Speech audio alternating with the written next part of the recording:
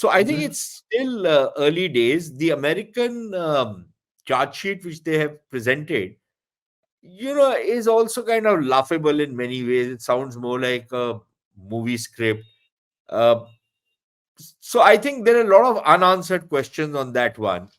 And just Mm-hmm. because somebody files a charge sheet does not mean it's necessarily true. And there are Of reasons to course. believe that this is a kind of a pressure point which the white folk are using against us. They've used Mm-hmm. Khalistan in the past. They've used Right. it in the late 70s, in the early 80s, against Mm-hmm. India when they were very close to the Pakistanis. Welcome to the gist. Strat News Global. I'm Raman Justin Gupta.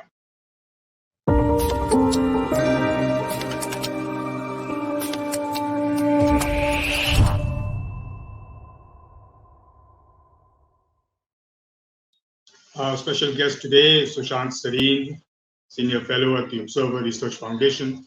He really needs no introduction to our regular viewers, but for those who are tuning in new, he's probably one of the few people who knows Pakistan better than most Pakistanis themselves. Thank you so much for joining us, Sushant, today.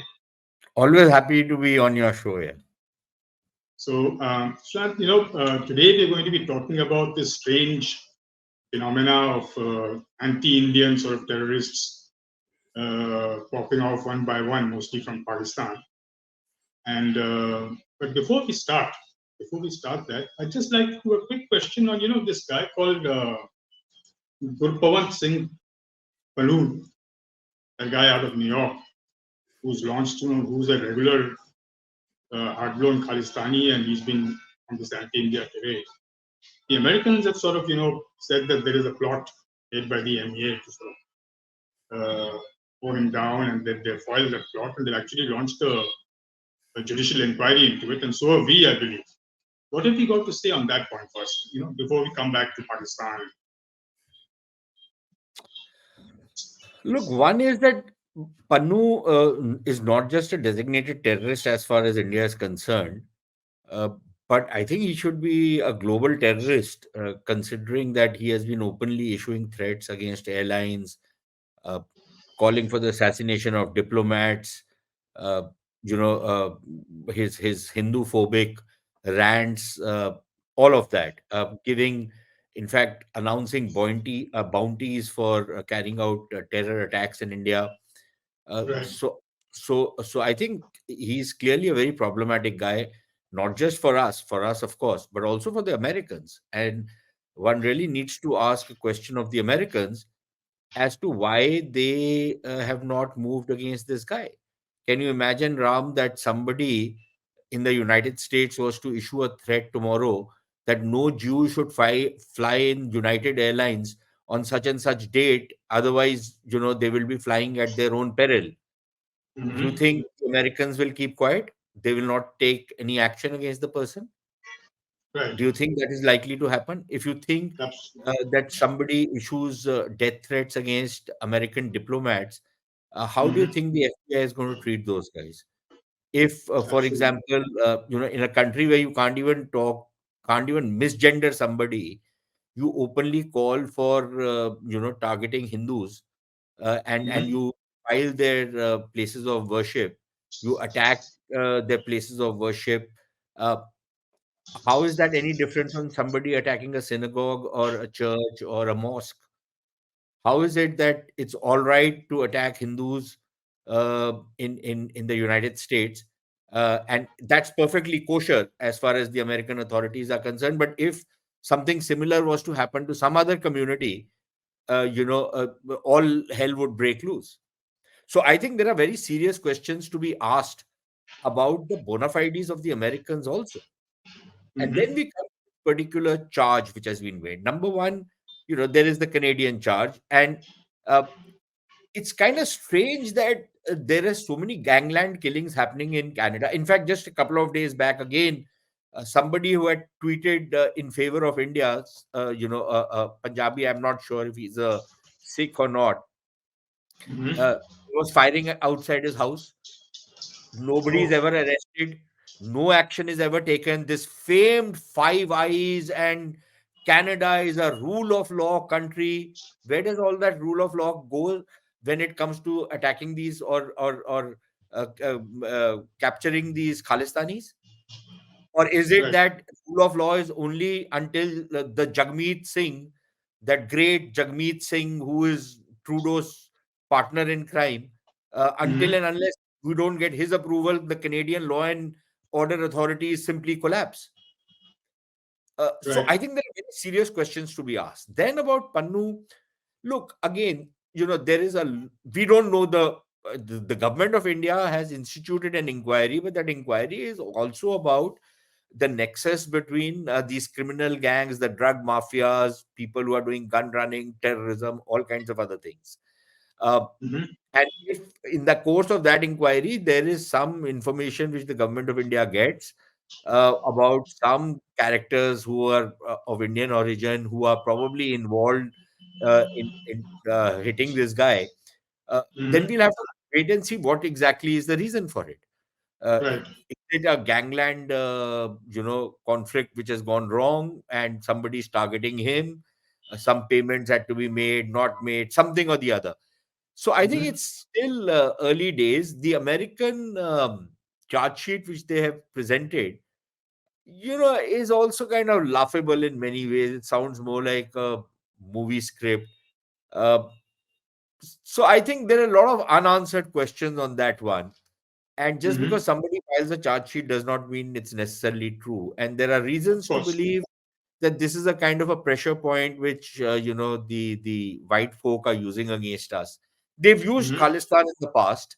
They've used Right. it in the late 70s and the early 80s against Hmm. India when they were very close to the Pakistanis, and they were funneling weapons and money and taking out the drugs also on behalf of the quote unquote mujahideen who later on became the Taliban, and some of whom were responsible for the planning of the 9/11 attacks, Right. and people who fought against the Americans for 20 years and killed thousands of American soldiers. Uh, but at a time when they were America's favorite child, what Reagan quoted the Afghan counterparts of America's founding fathers. Um, Hmm. who then later on went and destroyed the Twin Towers in the US. Right. As long as that was happening, the Americans blithely turned a blind eye to the murder and mayhem by these Khalistanis in India. The Brits turned a blind eye. An Indian Hmm. diplomat was killed, and Right. everybody, got away scot free. A couple of low-level guys were caught and put in prison, but other than that, the main planners and perpetrators were allowed to go scot free. There was no So. action taken against the Pakistani planners who did it, and these were Mhm. state elements. So it's a very murky kind of a thing. So I think we should deal with it with a fair amount of equanimity rather than some of the usual suspects in India getting their knickers in a twist and going completely ballistic, or what happens to our reputation. What happens to the American reputation when two of their embassy staffers or diplomats get expelled from Spain for spying Right. on a close ally of theirs? So Hmm. this, it's a murky world. I don't have the details. I don't think you have the details. I don't think anybody in the public domain has any details. So let's wait and Hmm. see how it turns out.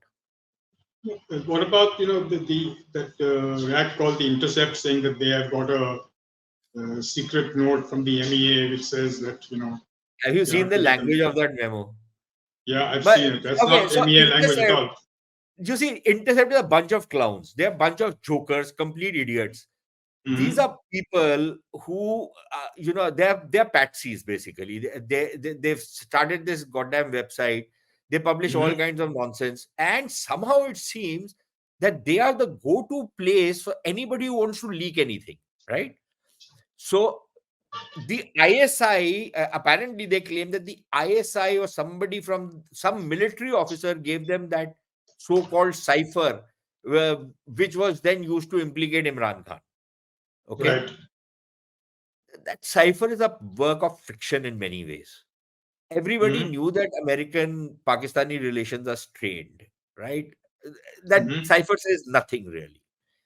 but they build up this whole story, and then they build up this whole tamasha, and that's their game basically. They have very little information. Most of it is not even authentic. They claim that they have checked it, double checked it. Have you seen the language of this memo? Do you think the Mhm. MEA is now that the Indian education standards are far better than the Pakistani ones, and we still write True, reasonably good English, true. which is grammatically correct also. It might be very bureaucratic English, but this is not even bureaucratic English. So, Exactly. so these kind of fabrications they'll keep producing and churning out. Again, Mhm. who takes intercept seriously? Yeah, but what do you think is the American game plan is here? What do they expect to leverage us on? Is it just China or something else? Or No, I think these are basically just normal pressure tactics. These are the games that big powers play against middle level powers, and we should be under no illusion that we are, at the end of the day, we are a middle level power. Mhm. These are games they play to pressure the middle level power to force a certain degree of compliance, to create this thing, so that ultimately when they want something, you've already pushed one guy to the corner to a point where, on something much more substantial, they'll probably get a greater gift from our side than they would have got otherwise. So these are those kind of games which they play. They also try and balance out things, that the Indians should not get too big for their boots. They should not imagine that, and a lot of people out here, without knowing what the realities of power are, already start claiming that India has arrived, India is the next superpower. Do we even know what a superpower means? What is our True. footprint? So I think it's partly to put us in our place. It's partly to tell us that don't think that you can do things and get away with it, or even if you're planning to do something, don't even think about it. It's partly to say that, look, we can raise certain issues, uh, whether they are fabricated or they are genuine, but we can raise certain issues to make life very difficult for you, to cause reputational damage, and ultimately, to fix that reputational damage, you'll have to suck up to us. So Right. standard games. So I think if the government of India, and this government seems to show that, if it holds its nerve, that does not mean that you fight with the Americans, you get into a slanging match with them. uh, Mhm. yeah, you throw them a few crumbs, you engage with them, but you dig in your heels on certain things, which are of vital national interest, which Mhm. is what I imagine is likely to happen going forward. That's good to hear. But now let's come back to the meteor stuff of this you know Pakistani terrorists getting all bumped up all over the place, and by some apparently what is the phrase that's being used? Unknown, uh, Unknown you know, gunmen. unknown gunmen Yeah, posting but on bikes but and stuff. but in Urdu, Ram, it's called namalum afraad. Okay, But in Pakistan, it's very often said that ये जो नामालूम है, हमको मालूम है कौन है ये.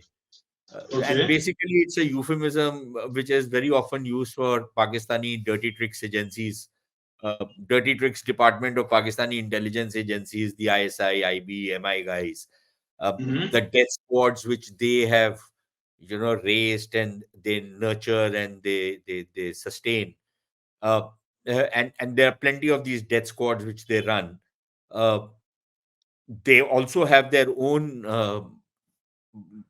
assassins within their Of course, ranks, who of they course. use to bump off inconvenient people. So normally Hmm. this term namalum afraad is used for those characters. I But in see. this particular case, nobody is really very clear as to who exactly is behind these killings. There are many Hmm. people in India who would love to imagine it's Agent Vinod or Phantom or Baby, or Yeah, one of those fictional absolutely, Bollywood absolutely. characters who is doing all of this. Hmm. Hmm. But uh, maybe in a couple of cases, yes, you could probably say that, yeah, it could have been somebody been you know uh, who's been contracted out to do something like this. Maybe, I don't know. Right. Uh, Mm-hmm. but I would imagine that in bulk of the cases, simply given the kind of geographical spread in which these incidents are taking place, it's right all the way from POK uh, down to the hinterlands of Punjab, to Karachi, to Balochistan, to KP, tribal areas.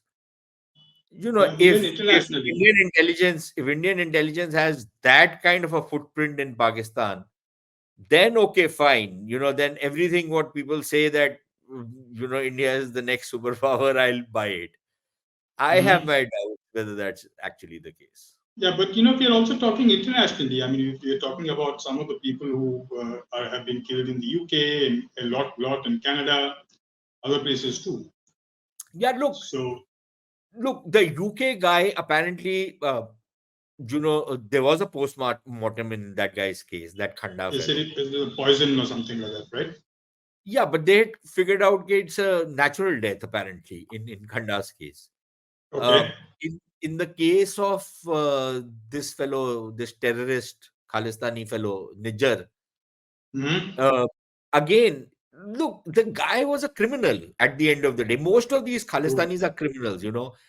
All the Okay. drug gangs and the gun running and all the extortion networks, all criminal activities done by these Khalistanis. True. They are a mafia. They are a mafia of the sorts which has now got its tentacles in the highest echelons of the Canadian government. Right. And I'm not making this up. And it's very clear because Jagmeet is their man, and Jagmeet literally holds the Canadian government by its curlies. And True. and Trudeau wants to give in to them on everything, and Trudeau wants to use this as some kind of a political tool for his own political future. It doesn't matter if Canada becomes another Pakistan; he doesn't give a damn as long as he's in the seat of power.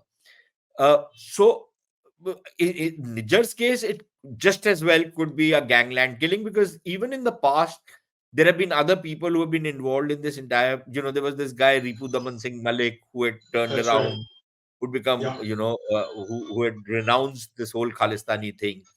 He was bummed off a few months earlier before Niger. True. There Yes. was a lot of bad blood on that. A number of other killings have happened in Canada. Mm-hmm. How come the Canadians have not got to the bottom of that?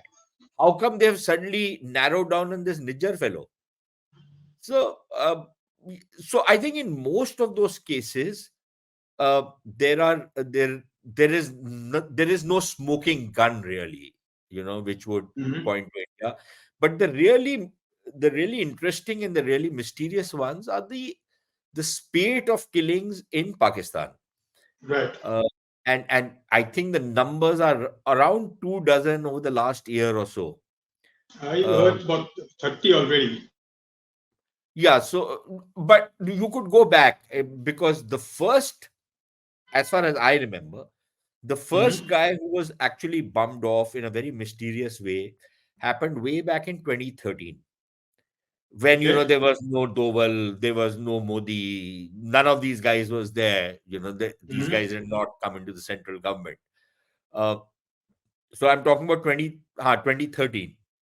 Right. There was this guy, I believe if I remember correctly, his name is Khaled Bashir. He was supposed to be one of the top henchmen of Hafiz Saeed, his Right. bodyguard, and very close to him and all. And suddenly this guy got kidnapped and he disappeared, and then his dead body was found. Uh, so Mm-hmm.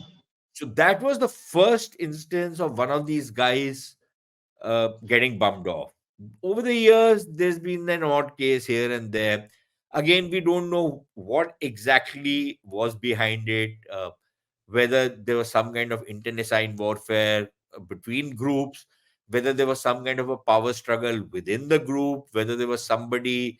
Look, all these groups are only despicables who are members of it, right? No True. normal, decent human being will ever become a member of a jihadist terrorist organization, right? You Right. have to be depraved kind of a character to become part of Absolutely. these guys. Uh, And it's quite possible that two people might not have be getting along with each other. There are groups, there are subgroups, all kinds of things, and one might have decided that he's going to bump off somebody else. So that is a possibility. Right. There is a possibility that some of these guys might be going rogue. They might be doing their own thing. They might be wanting to break the chains of slavery, as they are called by Imran Khan, of Mm-hmm. the Pakistani deep state. And they might be going, they might have gone rogue, and they are being taken out. We don't know. We don't True. have enough information. But so, like Mm-hmm. I said, this is purely speculation. In some cases, it could be maybe Indian or some other intelligence agency funding it. Uh, Right. in some cases, it could just be the Pakistanis doing this because they want to start cleaning up some of this mess. And most of these guys, they're not the top guys, they're not the most well-known fellows, but they're in some ways the linchpin of the organization. They Mm-hmm. are the middle rung leaders. And Right. in fact, if you really want to damage an organization seriously, then it's pointless getting rid of the guys right at the bottom. They are replaceable. They are pawns, right?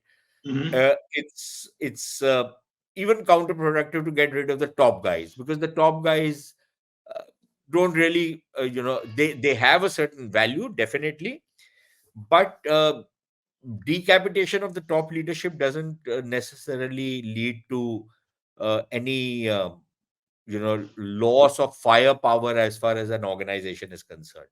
Also, It they're is when that much more difficult to target.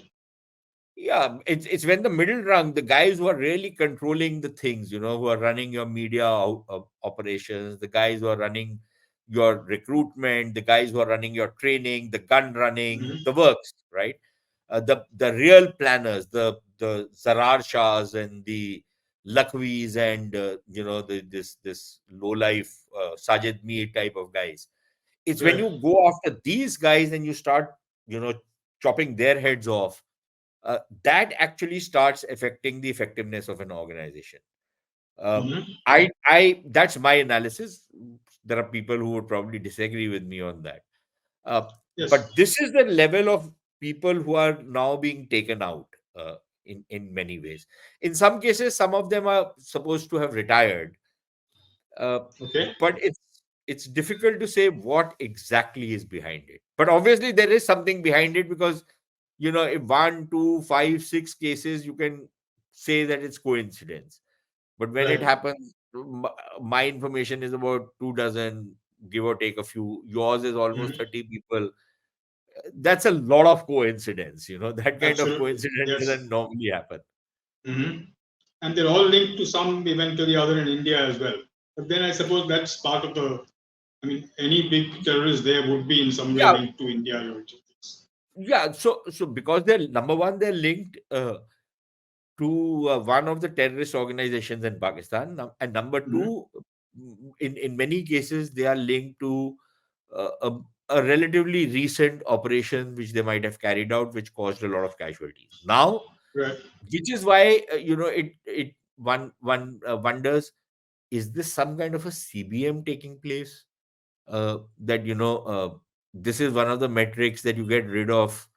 Here is this skill list, which you tell the Pakistanis that, look, if you're genuinely serious about moving forward, then you deliver on this. And the Pakistanis are Mm-hmm. known to doing stuff like this. If you could Right. capture the former Taliban ambassador and hand him over to the Americans and send him to Guantanamo, uh, Right. what's one of these low lives? They're True. expendable True. commodities. They've done it earlier. They've done it with people like the Lashkar-e-Jhangvi chief. Uh, Mm-hmm. what is that guy's name? Malik Ishaq. Mm-hmm. He, along with one of his closest lieutenants, his entire family, Malik Ishaq, his lieutenant's entire family, about 15 people were bumped off in one night in cold blood. They Mm-hmm. claimed that it was a police encounter. Standard formulation that we were taking these guys somewhere. You're taking somebody at 12 o'clock in the night somewhere, right? And Mm-hmm. then their associates tried attacked the convoy, tried to free them, and in that shootout, these guys died. 15 of them died in a shootout. If you believe that, you'll believe, in fairy tales, and you'll believe in everything. But that's Absolutely. the fairy tale. But they bumped off Malik Ishaq. Malik Ishaq was one of their, hitmen, death squad guys, who Hmm. was there. So they've been doing something like this in the past. So it's again pure speculation. Is some kind of a kill list being given to the Pakistanis and said that, look, if you deliver on this, then this is a proof of your bona fides that you're actually interested in starting a process of normalization. I That's don't that's know. a that's an interesting thing. But since we're talking about the Indian part of it, of course, there, as you said, there are lots of people who insist that it's all being done by the Indian, agencies and stuff. While that's very good for domestic No, no, it political makes sort you of, feel really good, yeah. Like, yeah, we all thought that Pathan and Jawan are only in movies, but if they're actually uh, hmm, doing stuff, well, yeah, I love it. But but I'm very skeptical about it. yes, but even if we've taken out two or three, but claim to have taken out the rest, would that give us any benefit in terms of actually sowing some seeds of doubt amongst the Pakistani terrorist groups? Yeah, I would imagine so. So the thing is that, look, if you manage to take out a few also, then Hmm. suddenly there is this fear among many others that now we are not safe in our safe havens. Right. So there is certainly that factor which is going to be there, which is always going to be there. Uh, and it is possible that you might have got some way to get at one or two of these guys. Hmm. But bottom line, see, there are two things. One is the sheer, Ram, in any of these operations, it's not a very simple hit and run job. You Right. need to have some kind of a network, you need to have some kind of a presence on ground, you need to have some kind of an information, uh, some intelligence network on the ground, safe houses where, it's a complicated thing. Absolutely. Now, you could do it maybe in a Karachi, you could do it in a Lahore, but doing it in Daska, doing it in Bajor, doing it in obscure places, uh, Hmm. and then getting away scot free every time. And where every stranger is looked at suspiciously the moment they get anywhere near. Exactly. These are Mhm. Pakistan is very provincial in many ways. It's still a very Right. provincial kind of a place. It's very backward, Hmm. very provincial. Uh, where anybody from outside who comes in, people are like they are in India also in many places, especially in the rural True. part. Hmm. People are pesky. They want to know everything about you, what your background is, this, that, the rest of it. Exactly. Yes. So one is, being able to establish a network which is that extensive. I Hmm. that causes some amount of skepticism. The second thing, which is equally interesting to my mind, is actually two things. One, the sheer silence in Pakistan. Nobody's talking about Bar it. a few people who are, again saying that outside forces and all that No, stuff. no, But those yeah. people. Look, there are a few of those clowns sitting in the US who talk about it. Most Hmm. of them are also having an axe to grind. But by and large, the Pakistan media is completely silent. It's not coming out. There is no furor over it. Okay. Exactly. So, one, that's kind of strange because normally, if they actually thought the Indians are doing it, then they would raise a right royal storm about it. I would imagine so. So, one is that. The other is that knowing the Pakistanis, they would then want to do some kind of counter strikes in India. Hmm. I would imagine, that okay, if you guys can do something like this, then even we will do it. But they can't do the counter strikes if they are doing it themselves or somebody else. Exactly. It's an Indian assigned conflict. It's intra True. group, inter group, whatever. Hmm. So somebody else, the Taliban or somebody coming and bumping of these guys. They don't like them anymore. I don't know. Hmm.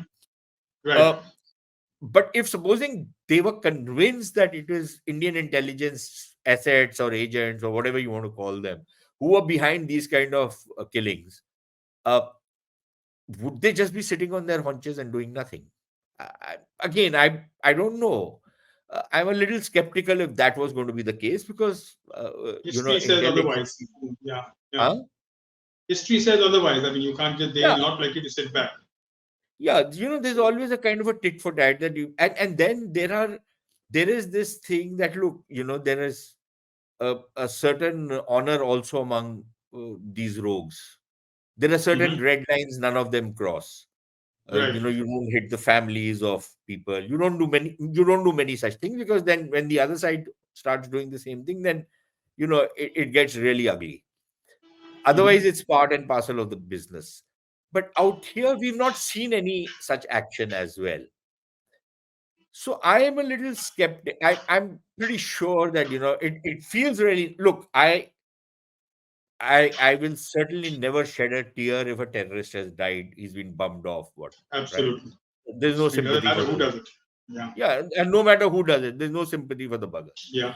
I would also be extremely happy if it was Phantom or Jawan Pathan, uh, True. Agent Vinod, any Yeah, of these characters, right? I would really be very happy and satisfied that right. we have that kind of thing.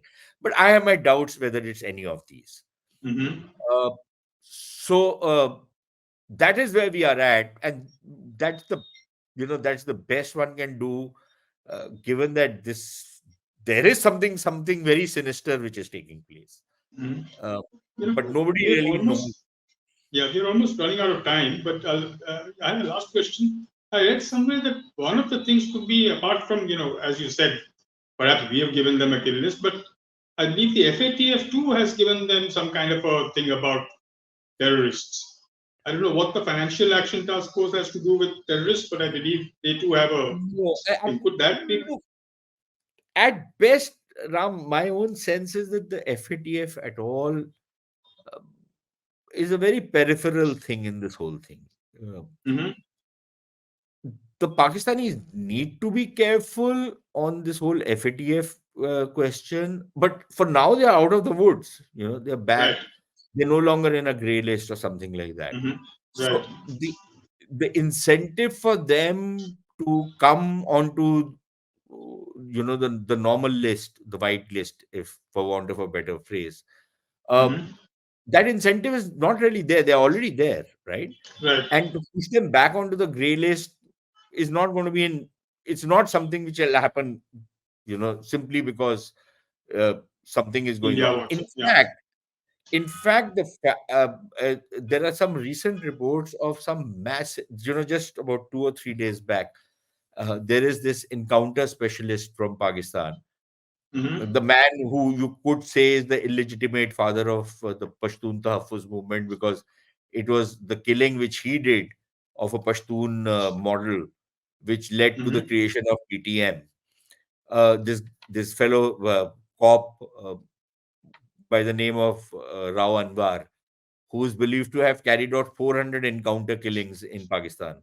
400. Uh, Okay. yeah, basically he's a mafia kind of a guy, probably extorts Hmm. money, kills people for taking money, uh, that kind of a character. But he's Hmm. again one of those despicables. But he was supposed to be, Asif Zardari said, कि ये तो हमारा बच्चा है. He's our child, Oh, you know, okay. something to that effect. Hmm. Uh, Now, he apparently 2 days back or thereabouts, he has given an interview exposing the corruption of the Bhutto Zardari family, uh, Okay. and the entire mafia operation these guys run as part of the Sindh government. And his Hmm. allegation is that they have done money laundering to the tune of 700 billion Pakistani rupees, which would roughly be about 2 to 3 billion, maybe $3.5 billion. Right. Uh, in the last 5 odd years, they've done that magnitude of money laundering. Hmm. Now, that's his allegation. I would imagine that is a bigger crime in FATF, which deals with financial action, rather Right. than this. Okay. True. The fact that there is a report that the Pakistanis gave a passport to Sirajuddin Haqqani in those days, Hmm. that should be a bigger problem because Sirajuddin Haqqani is an international designated terrorist by the United Nations. He Right. comes under the 1267 committee. Uh, Hmm. and one of the things which you cannot do is facilitate his travel. Right. And if the Pakistanis were doing something like that, then they're falling foul of a UN Security Council instruction. That Hmm. would be a far more serious thing, uh, which should occupy them, rather than going and bumping off, a second rung terrorist. So I think Got when it. people talk about FATF, probably they don't really understand where the FATF is coming from and what Yeah, I was exactly the wondering FATF what is that dealing report with. was about, which is why I thought you might have some. Um, so anyway, I think in your own inimitable and very clear way, you put the whole thing into perspective.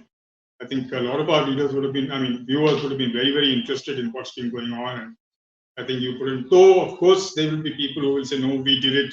You're just covering up for it, but that's a different thing. And I think It's most of always us, it's always good fun to take credit for something which somebody else has done and take true, the very credit and true, feel good about it. Yeah, a lot of people do that all the time. They do that in every walk of life, right? That you true, do the hard work, somebody else takes the credit for it. So true, I think we should very give true. the credit to the people who are actually doing this good work, whoever they might Actually, be, whoever the namalum afraad are, yeah, these unknown gunmen.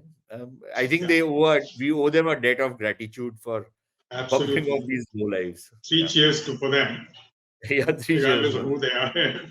So thank you so much, Shant. It was, as always, terrific to have you on our show. I look forward Thanks, to having man. you again. So that was Sushant Sareen telling us in his own inimitable way as to what the background to this killing of Pakistani terrorists, one after the other over the past few years, was all about. I do hope you enjoyed this particular episode of The Gist. And if you did, don't forget to like, share, and subscribe. Till we meet again, this is Ramananda Sengupta signing off.